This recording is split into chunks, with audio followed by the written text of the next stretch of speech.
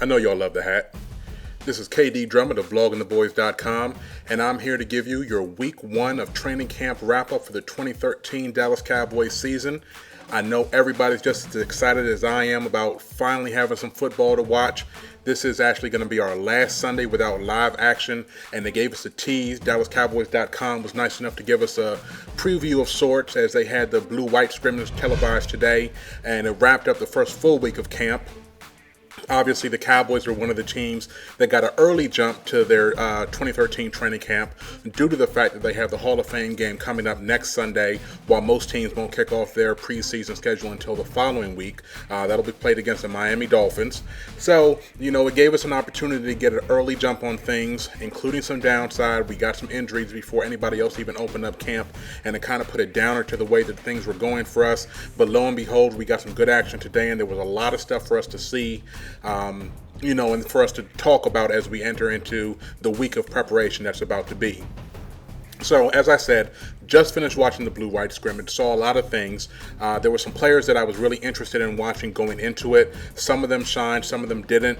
Unfortunately, even though Jerry Jones and the Cowboys signed a $25 million a year deal, or $25 million deal with at&t for the naming rights of the stadium, not happy about that. It'll always be Cowboy Stadium to me, but at least we can say that it's America's team in Texas Stadium. That's what at&t stands for. That's what we're going to roll with for the 2013 season. But you would think that they would have upgraded the coverage that they gave us on DallasCowboys.com of the blue-white scrimmage. It was a little tough to follow all the action. The camera angles were pretty bad. The connection feed was pretty bad, but all in all, it was still great to see some action. You saw pretty much, probably about half of what you were looking for. We got to see Tony Romo. We got to see DeMarcus Ware. Dez Bryant was held out. He injured his quad or hip. It's pretty much nothing, but they just held him out for precautionary reasons from this scrimmage, just to make sure that he'd be good to go in the coming days and weeks of practice.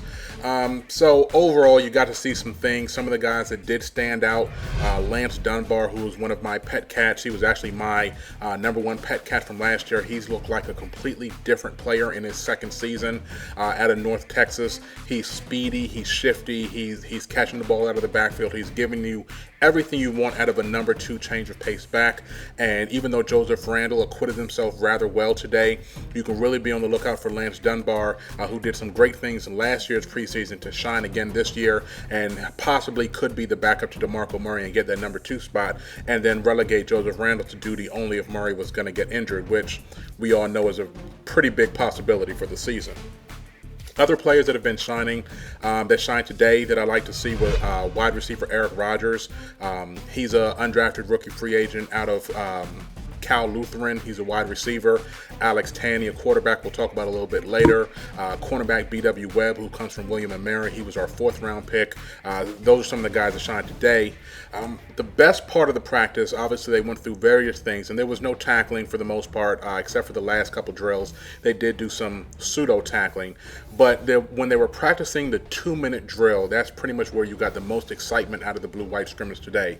When it was the ones versus the ones, there was a play where Tony Romo threw the ball over the middle, and rookie wide receiver Terrence Williams, who's really been coming on of late in camp, and even today he was making some nice catches. He made a tremendous diving catch of the ball, got the Cowboys a first down in the 2-minute drill. But lo and behold, the defense, which has really been owning things in training camp so far, and that's pretty much what you're going to see in training camp, is the defense owning things. But DeMarcus Ware was able to penetrate. He got around to Ron Smith, and he was able to force a strip sack of Romo on the play. And then on the very next play, Tony Romo tried to complete an out pass, and Brandon Carr made a pass breakup. And it was really exciting, high-paced portion of practice, and that was really the highlight, for me at least, of what I saw out there today. When the twos came in, Kyle Orton was a quarterback, and they actually got to a 3rd and 2 where he tried to hit an outside receiver, and rookie cornerback B.W. Webb came off as a man out of the slot. He jumped the route, picked the pass, went 50 yards in the opposite direction for the touchdown, for the pick six. Very exciting because he was actually getting picked on a little bit early in camp, and I need everybody to remember before they think it was a wasted pick. Cornerback is probably the second most difficult position to transition from college into the pros, especially when you're coming from a small school. So I wouldn't write off B.W. Webb by any stretch of the imagination, and you can start to see it coming together for him with some of the reports that we're hearing from training camp. Now, Alex Tanney is a quarterback that I mentioned earlier. He was actually brought in a little bit into right before camp. And he's a very interesting story. He's from a Division III school, Monmouth College in Illinois, not Monmouth University where Miles Austin comes from, but Monmouth College. And Alex Tanney is a guy, he's a trick shot quarterback. You're on YouTube now. After this video is finished, wait till I'm done. After the video is finished, go search for Alex Tanney and watch all the trick shots that he does with the football. Amazing stuff. He has arm strength, and what he was showing today and throughout camp so far is that he has a very good pocket presence. Like I said, he has the arm strength. He's nimble back there, and there's whispers that he's starting to remind people of how Tony Romo looked in his first couple years as a UDFA quarterback before he ever got his way up the depth chart up to being the backup for Drew Bledsoe in the 2006 season before he took over the starting role. Now, that's some of the stuff that happened. Excuse me. Let me back up on what I was talking about with Tanney. Tanney's part of the 2-minute drill. They had actually gotten down to like a 4th down with 1.2 seconds left, and there was a rush coming in. Tanney actually escaped the rush, and then he was able to complete a long bomb to Eric Rodgers, who made a jumping catch in the back of the end zone. He got both feet in. Now, the referees that were on hand to help teach some of the stuff as they do in training camp, they did say that Tanney would have been sacked. I saw the replay. It wouldn't have been a sack. He escaped the pressure. He stepped up into the pocket and completed the pass. So, like I said, there's a lot of potential there. Now, what we could be seeing in Tanney is the fact that the Cowboys might finally have a number 3 quarterback, a developmental guy, young guy, that they can pretty much bring along to be the eventual successor, number 2 quarterback behind Kyle Orton. Now, I'm not going to call this guy the heir apparent to Tony Romo, but it would be nice to have somebody with some youth, low salary that we could bring along and actually do some things with in the future. I don't think Dallas is going to try to put him on the 53. He's probably going to get snuck onto the practice squad unless he just balls out in these next 5 preseason games and he gets so popular to the point that other teams are going to reach out and try to pluck him and put them on their 53. But I can definitely see Tanney being somebody that the Cowboys will work with. He even elicited some mention that he reminded people of a Tony Romo before he got a chance to become the backup to Drew Bledsoe and eventually take over for him in the 2006 season. So we'll be having our eyes wide open when it comes to Alex Tanney in these preseason games to come up.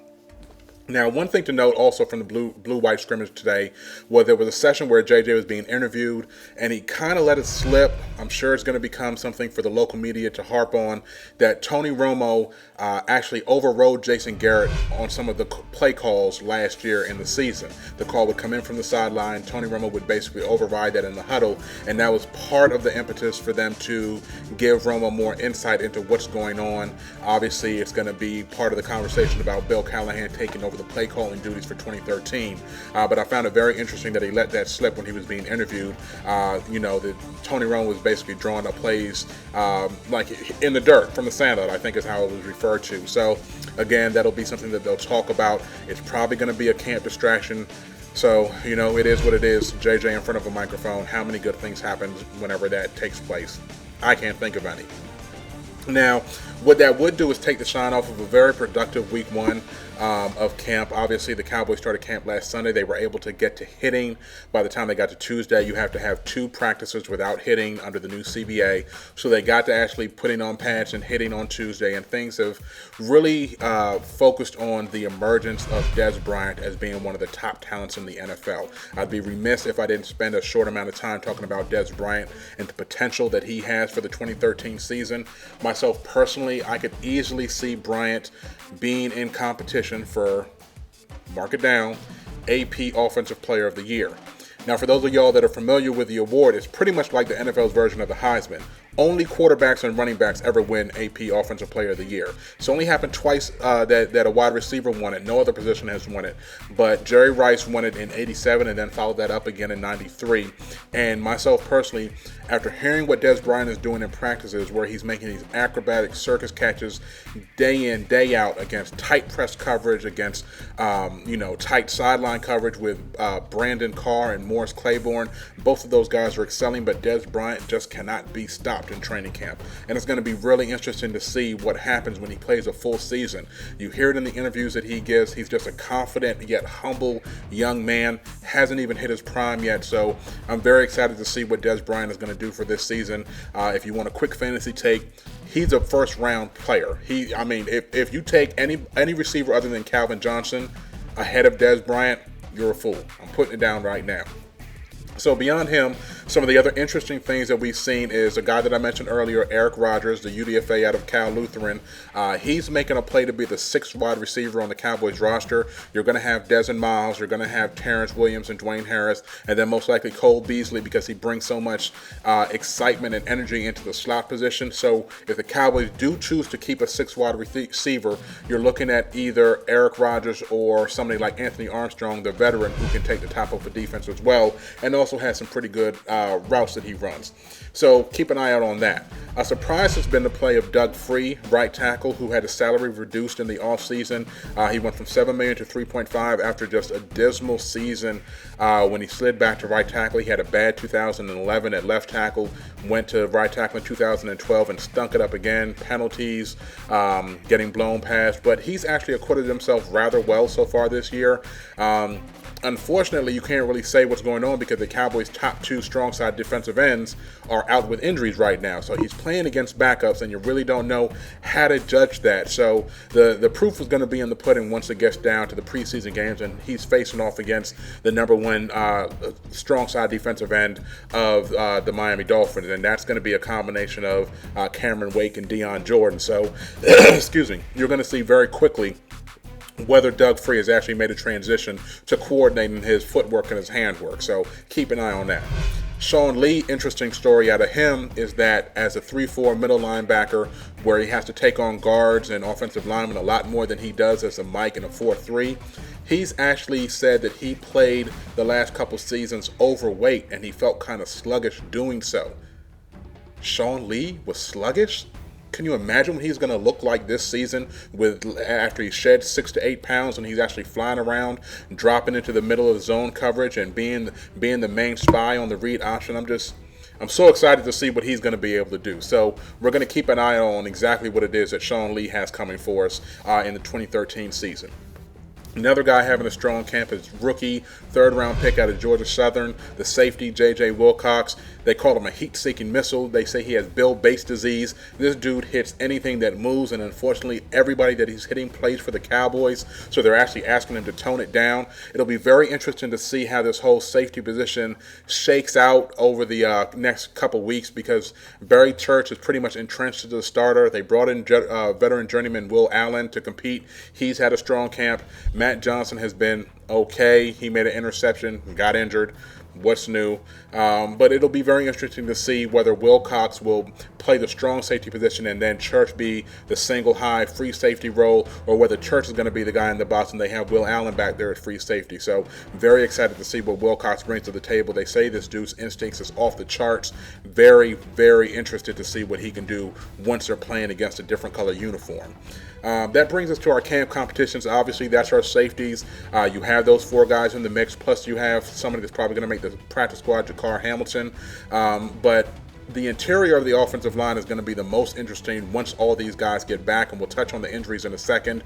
But whether it's Ron Leary, Nate Livings, Mac Bernadow as one of the guards or two of the guards, and then you also have the Phil Costa and rookie Travis Frederick mix going on at the center position, and if one of them spills over into the guard position. So those are really the camp battles that we're going to be watching over the next few weeks, and for me, nothing matters until they put on the pads against the guys in the other uniforms. So the blue-white scrimmage was great. How are you going to perform when you're facing off against an opponent that you really want to hurt or that really wants to hurt you? So that brings us to the injury portion of the show.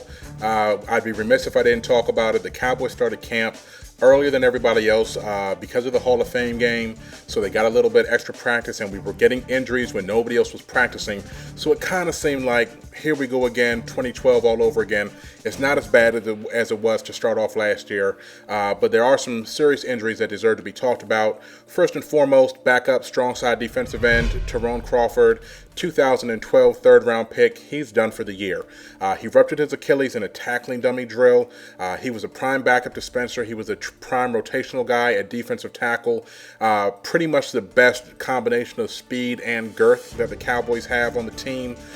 So he's going to be missed. There's no doubt about it. There's going to be pretty much next man up to see who can step up and fill his shoes. You'll see guys like Nick Hayden and Ben Bass in that rotation. The guy that Crawford backs up, Anthony Spencer, he's done for the preseason. He has a bone bruise, which is actually a small fracture under the kneecap. But he underwent surgery because the way that you treat a bone bruise is by giving a player a rest. So because he was going to be sitting down for a while, they went in and they went ahead and cleaned up some bone spurs that Spencer was having. So again, he should be back for the regular season. Now, what we're talking about, again, as always, hamstring injuries for the Cowboys. Surprise! Jay Ratliff has one, couple weeks. Mackenzie Bernardo has one, couple weeks. Excuse me. Jeremy Parnell has one, couple weeks. Some other guys tweak theirs. They can, be in and out. But regardless, somebody needs to figure out what's going on with these hamstring injuries at Cowboys camp. It hurts. It hurts. Ben Bass was the other one. He actually came back and played in the blue-white scrimmage today, so his wasn't as bad as the other people. The interior of the offensive line, they have their own issues. As I said, Bernardo had a hamstring. Nate Livings actually had a cut on his foot, so he was out. He just returned on Friday. Then Ron Leary, who's competing for a spot, he injured his calf. Hopefully he'll be back on Monday, and we can start to see the competition that we were hoping for along the interior of the Cowboys' offensive line. So another big news along the injury front, if that's what you want to call it, was the fact that Tony Romo came back from his cyst surgery in April. Overweight. He was a little pudgy. I won't deny it. It's not like quarterbacks don't play pudgy. Has anybody seen Ben Roethlisberger for the last 7 years? So, it's possible, but Tony Romo does depend on that mobility. So he started to shed some of the weight. It wasn't a big deal to begin with. It's even lesser of a deal now. He looks fine. He's been zipping passes in there. Not worried about Tony Romo in the least bit when it comes to this weight issue. Now, we won't see Romo in the first preseason game, according to reports, is because, like I said, there is an extra one this year. Instead of 4, there's 5. So the first-string quarterback barely plays in the first preseason game, so most likely he will be held out in the Hall of Fame game against the Miami Dolphins. That happens on August 4th to kick off the preseason. Now, they turn around after that Sunday game, and Friday they travel down to Oakland to face the Raiders on August 9th. Following that, the following week on Saturday, they face off against the Arizona Cardinals in the desert, which is basically a Cowboys home game because Cowboys fans, they just rule the Southwest. Then they return home in actuality to face off against the Bengals on August 24th. And then finally, they end the preseason on August 29th against the Houston Texans as they battle for the Governor's Cup. So that's a preseason schedule, and as you know, we'll always be here to support you throughout the way as we lead towards the regular season, hopefully a playoff berth for the Cowboys. Make sure you subscribe and like the YouTube channel, SBN Blogging the Boys. Don't forget about our parent networks, our parent channels, SBN NFL, as well as SB Nation. You can listen to my podcast on iTunes, Cowboys Crunch Time with KD. We broadcast live on blogtalkradio.com/Cowboys Crunch Time, Wednesdays, 9 p.m. Eastern Time. Make sure you check all of that out. Follow me on Twitter at KDP10for10, KDP10FOR10, KD Drummond, Blogging the Boys. Salute.